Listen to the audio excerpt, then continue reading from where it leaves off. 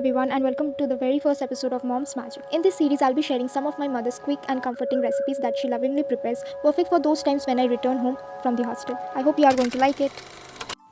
Mix fried rice বানাতে লাগবে পেঁয়াজ কুচি, চপড চিকেন, চিংড়ি আর ডিম। প্রথমে কড়াইতে তেল দেব। তেল ভালো মতন গরম হলে চিংড়িগুলো দিয়ে দেব, সঙ্গে চিকেনগুলো দিয়ে দেব, সামান্য নুন দেব। চিকেন আর চিংড়িগুলো ভালো করে গোল্ডেন ফ্রাই করে নেব। তারপরে গোল্ডেন হয়ে গেলে পাত্রে তুলে নেব। তারপর আবারও কড়াইতে তেল দেব। ডিমগুলো ভালো করে ভুজিয়া করে নেব। আমি 4টে ডিম নিয়েছি, আপনারা চাইলে কম বা বেশি দিতে পারেন। তারপর ভুজিয়াগুলো একটা পাত্রে তুলে নেব।